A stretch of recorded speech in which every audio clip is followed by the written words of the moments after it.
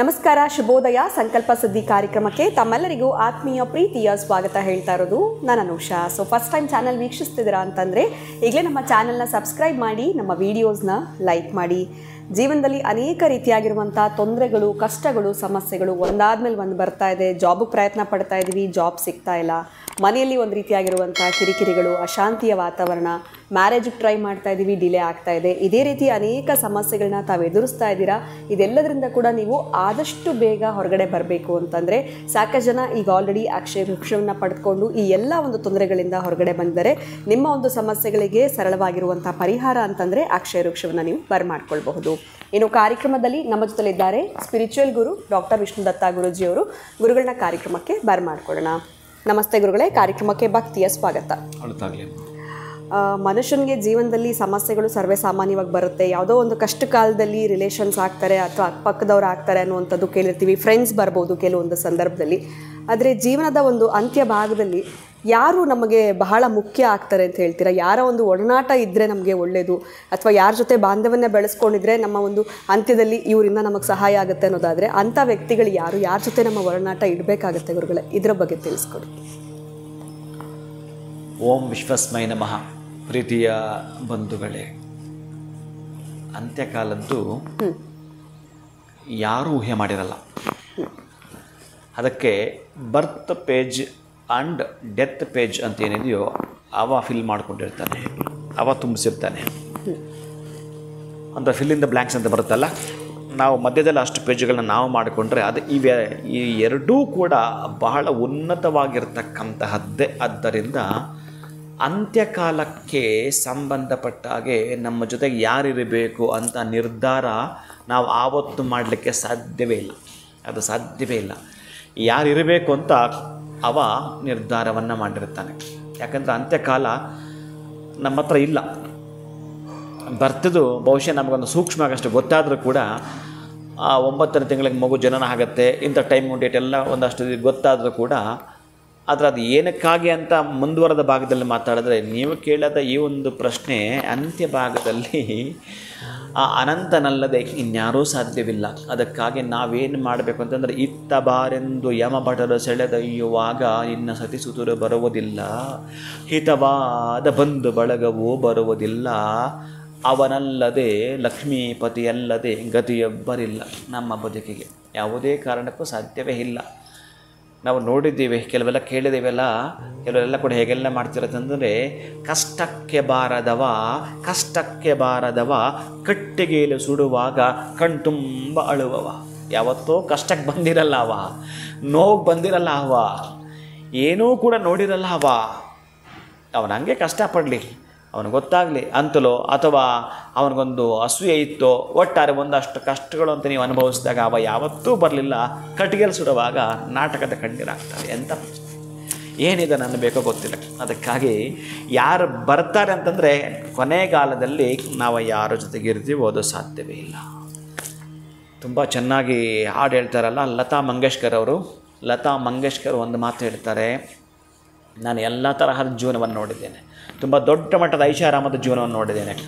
ಯಾರ್ಯಾರ ಹತ್ರ ಎಂಥ ಕಾಸ್ಟ್ಲಿ ಕಾರ್ಗಳಿದ್ದಾವೆ ಅವೆಲ್ಲ ನನ್ನ ಹತ್ರ ಇದ್ದಾವೆ. ನಾನು ಮಲಗ್ತಕ್ಕಂಥ ಬೆಡ್ಡೇ 5 ಲಕ್ಷ ಇದೆ. ಎಲ್ಲ ತರಹದ್ದು ಚೆನ್ನಾಗಿದೆ. ಎಲ್ಲ ತರಹದ್ದು ಐಷಾರಾಮದ ಬಂಗಲೆಗಳಲ್ಲೂ ಕೂಡ ನನ್ನನ್ನು ವೆಲ್ಕಮ್ ಮಾಡಿದ್ದಾರೆ. ನಾವು ಎಲ್ಲ ದೇಶಗಳಿಗೆ ಹೋಗಿದ್ದೇನೆ, ಹಾಡು ಹಾಡಿದ್ದೇನೆ. ನನ್ನ ಹೆಸರು ಅನೇಕ ರಸ್ತೆಗಳಿಟ್ಟಿದ್ದಾರೆ, ಲತಾ ಮಂಗೇಶ್ಕರ್ ರಸ್ತೆ ಅಂತಲೂ ಕೂಡ ಇಟ್ಟಿದ್ದಾರೆ. ನನ್ನ ಅಭಿಮಾನಿಗಳು ದೊಡ್ಡ ಬಳಗವೇ ಇದೆ, ನನ್ನ ಕುಟುಂಬದ ದೊಡ್ಡ ಮಟ್ಟದ ಬಳಗವೇ ಇದೆ. ಆವತ್ತು ಕೊನೆಗಾಲದಲ್ಲಿ ಆಸ್ಪತ್ರೆ ಬೆಡ್ ಇತ್ತಲ್ಲ, ಅದೊಂದು 2,000 ರೂಪಾಯಿ ಬೆಡ್ ಇತ್ತು ಅಷ್ಟೇ, ಲಕ್ಷಗಳದಲ್ಲ. ಅದೇ ನಿನಗೆ ಆಸರೆ ಕೊನೆಗಾಲದಲ್ಲಿ.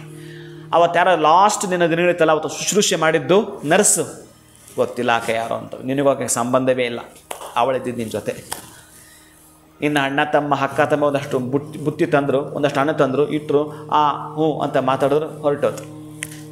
ನಿನಗೆ ಶುಶ್ರೂಷೆ ಮಾಡಬೇಕಾದ್ರೆ ನಿನಗೆಲ್ಲ ಸೇವೆ ಸರ್ವಿಸ್ ಅಂತ ಮಾಡಿದ್ದು ಆಕಿನ ಹಣ ಬೇರೆ, ಹಣ ಇದ್ದದಕ್ಕೆ ಬರ್ತಾರೆ ಅದು ಬೇರೆ. ಆದರೆ ಕೊನೆಯ ಕಾಲದಲ್ಲಿ ನಮ್ಮ ಜೊತೆಗೆ ಬರ್ತಕ್ಕಂಥ, ನಮ್ಮ ಜೊತೆಗೆ ಯಾರು ಇರಬೇಕು ಅಂತ ನಿರ್ಧಾರ ಮಾಡಲಿಕ್ಕೆ ನಮಗೆ ಸಾಧ್ಯವಿಲ್ಲ.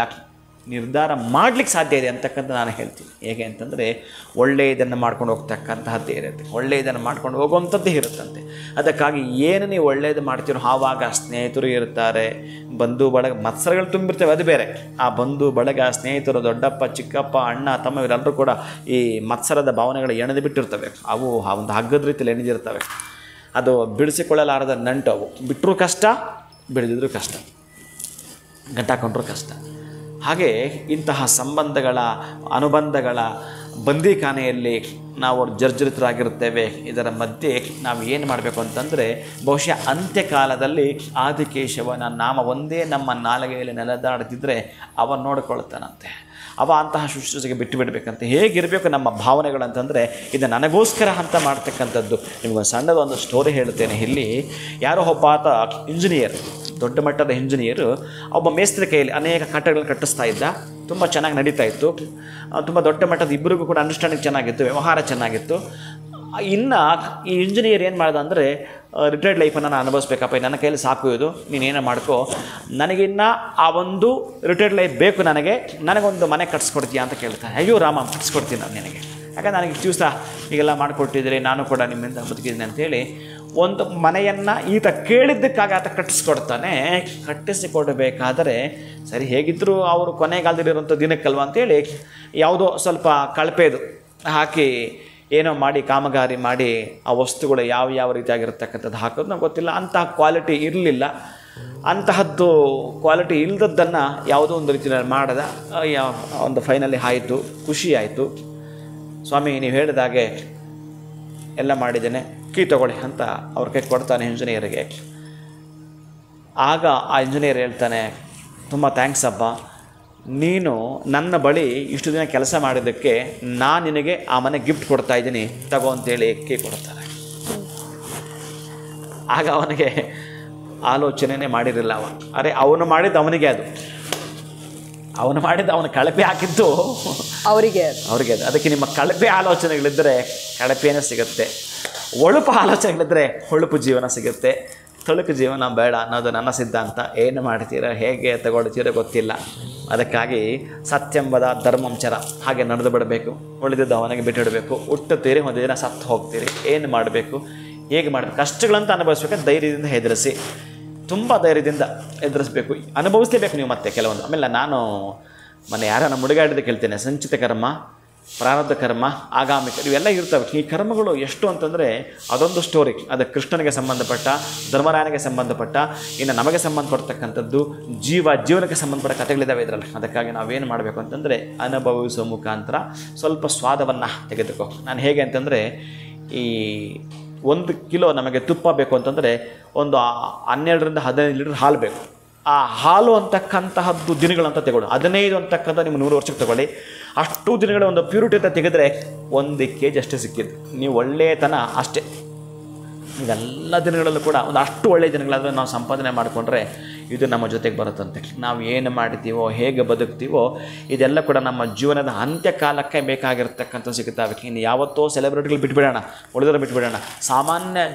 ಸಾಮಾನ್ಯರಾಗಿ ನಾವು ಯೋಚನೆ ಮಾಡಬೇಕಂದ್ರೆ ಏನು ಮಾಡಬೇಕು ಅಂತಂದರೆ, ಕಾಯ ವಾಚ ಮನಸ್ಸು ತ್ರಿಕರಣ ಶುದ್ಧಿಯಿಂದ ಮಾಡಿ. ಯಾವ ಬಂಧುಗಳು ಬರ್ತಾರೋ ಬರಲ್ಲ. ಎಷ್ಟೋ ಸಲ ಈ ಅಪ್ಪ ಸತ್ತಾಗ ವಿದೇಶಿಯರ ಮಕ್ಕಳು ಬಂದೇ ಇರಲ್ಲ. ಹೌದು, ಅಷ್ಟೇ ಯಾಕೆ, ತಂದೆ ದಶರಥ ಸತ್ತಾಗಲೇ ರಾಮ ಬರಲಿಲ್ಲ.